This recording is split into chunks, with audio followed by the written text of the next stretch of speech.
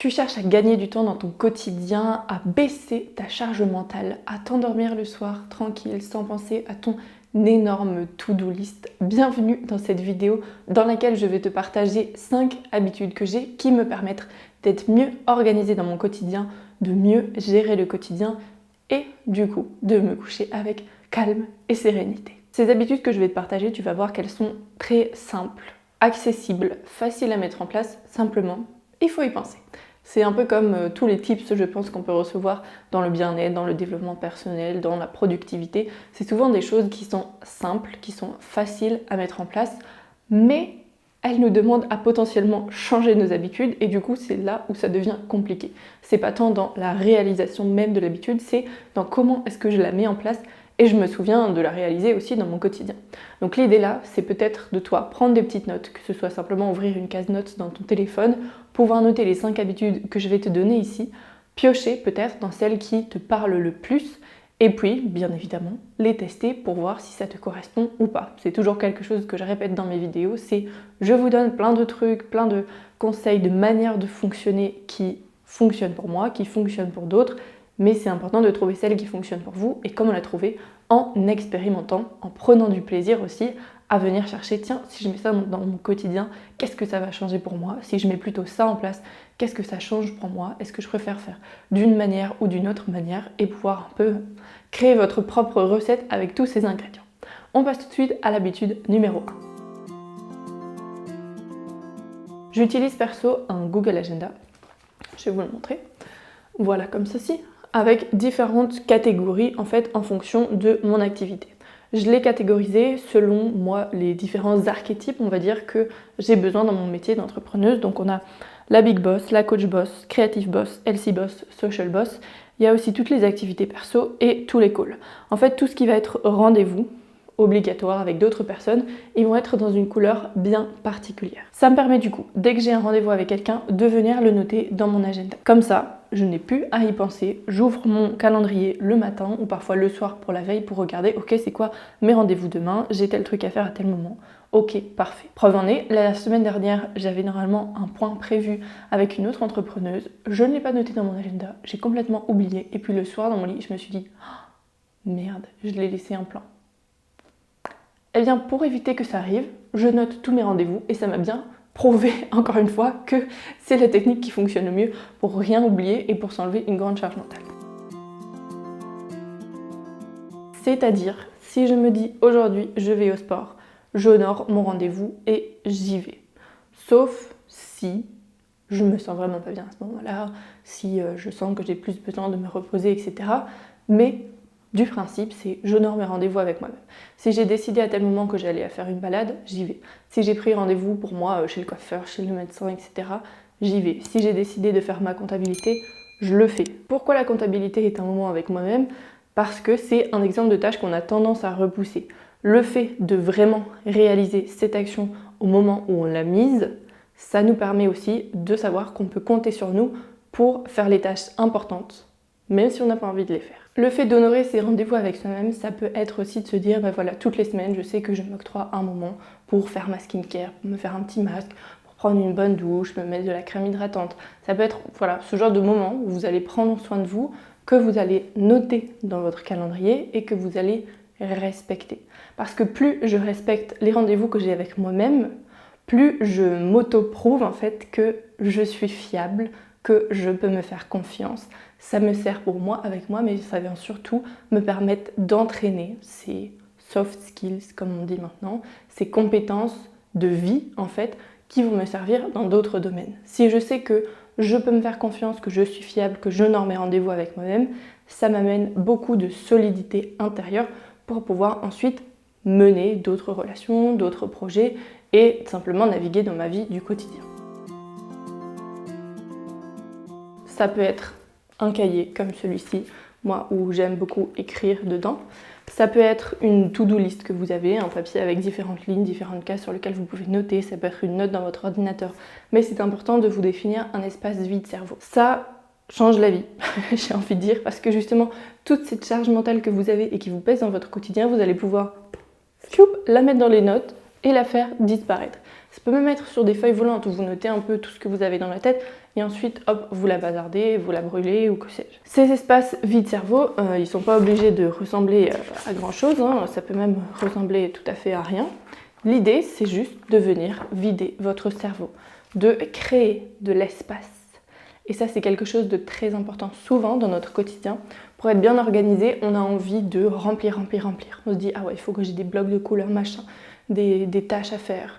Que de 8h à 22h, ma journée soit remplie et que je sache exactement qu'est-ce que je fais quand. Et ça voudra dire que je suis organisée. Pas vraiment. Et du coup, c'est intéressant aussi de venir questionner c'est quoi votre vision de l'organisation, à quoi est-ce que ça va vous servir dans votre quotidien d'être plus organisé selon la définition que vous vous en donnez, et donc de quoi est-ce que vous avez vraiment besoin. Est-ce que c'est d'être plus organisé? Est-ce que c'est de vous faire plus confiance? Est-ce que c'est de diminuer justement cette charge mentale? Est-ce que c'est d'avoir plus de temps pour vous, d'avoir plus de temps pour être avec vos enfants, pour être avec votre copain, votre copine, pour avoir vos loisirs, pour être avec vos amis? Ça va être quoi pour vous le bénéfice d'être plus organisé en fait? Qu'est-ce que vous cherchez vraiment derrière le fait d'être plus organisé? Et en fonction de la réponse, vous allez savoir beaucoup mieux comment vous organiser vraiment. Puisque revoir vos priorités, c'est aussi super important pour pouvoir vous organiser. Ça, c'était les petites habitudes bonus, les petits tips bonus.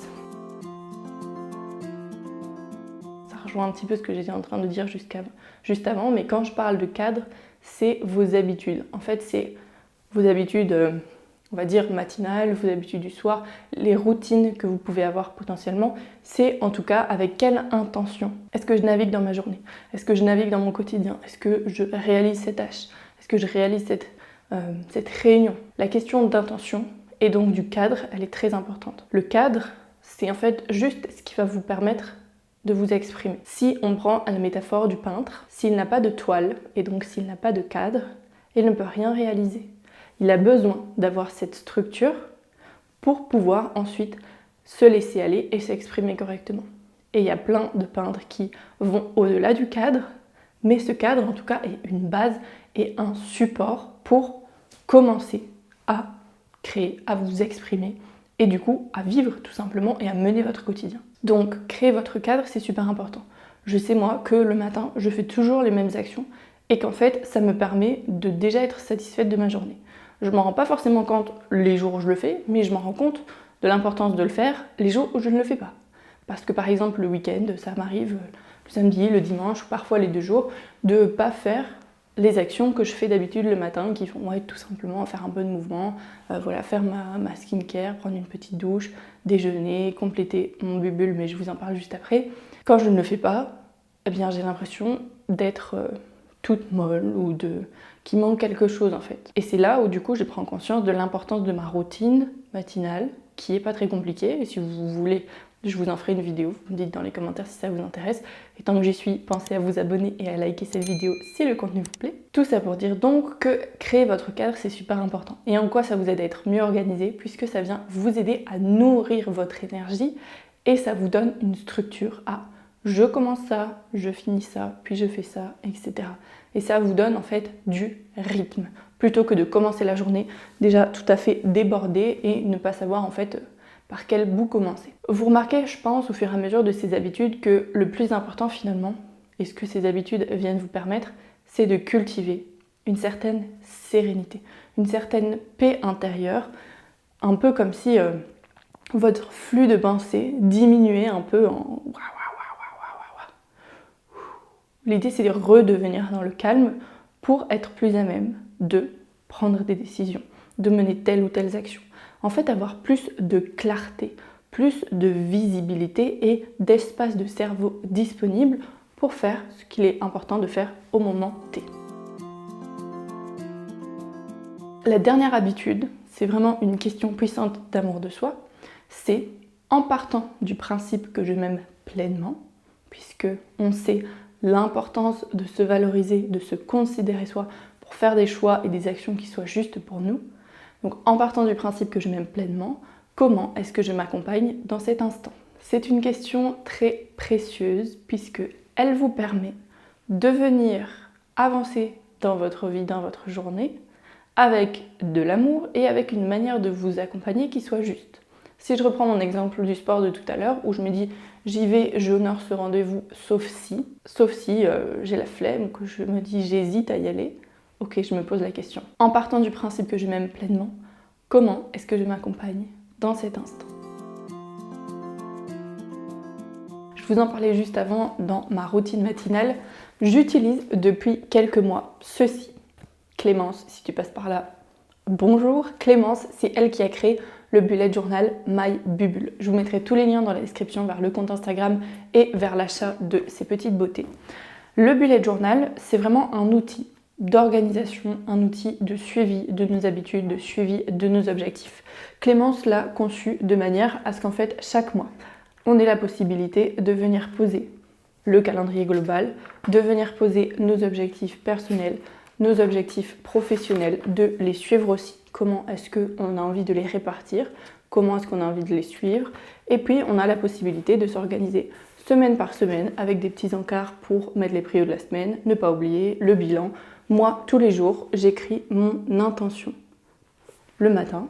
Et puis, on a toute une partie après pour venir noter nos affirmations positives, pour venir noter 3 choses qu'on a aimées aujourd'hui, traquer notre sommeil, traquer nos habitudes, pour noter aussi nos humeurs, nos lectures et nos menus, la liste des courses si on le souhaite. Et à la fin, on peut faire notre mois en images, venir faire le petit bilan du mois et noter les intentions du mois suivant. C'est vraiment un super outil que j'utilise du coup vraiment correctement depuis début février. Avant, je l'utilisais de temps en temps, mais c'était pas très compliqué. Et en fait, ça me permet du coup d'avoir une habitude combinée. De à la fois entretenir ma morning routine et de savoir que je vais la faire parce que j'ai envie de compléter mon journal. Et le fait de compléter mon journal, ça me permet de savoir que je vais faire ma routine. Donc c'est un cercle vertueux. Et ça permet du coup de voir aussi, tiens, en fonction des humeurs du jour, par exemple, tel jour, je me suis sentie un peu moins bien. Ok, mais en fait, est-ce que j'ai respecté mes habitudes? Est-ce que j'avais dormi assez? Qu'est-ce que j'ai mangé? Et donc, ça permet aussi de faire des liens pour avoir une vue d'ensemble sur la manière dont on mène notre quotidien et dont on s'accompagne dans cette vie. Donc, un outil très précieux que je vous recommande tout à fait spontanément parce que je l'aime beaucoup et que je pense que ça peut vous servir aussi. Voilà pour ces 5 habitudes et le bonus. C'est maintenant à vous de jouer, de mettre ça en place. Dites-moi dans les commentaires l'habitude qui vous parle le plus et peut-être vous aussi, qu'est-ce que vous mettez en place et qui vous aide à être mieux organisé. On se retrouve très bientôt pour une prochaine vidéo. Prenez bien soin de vous. Ciao!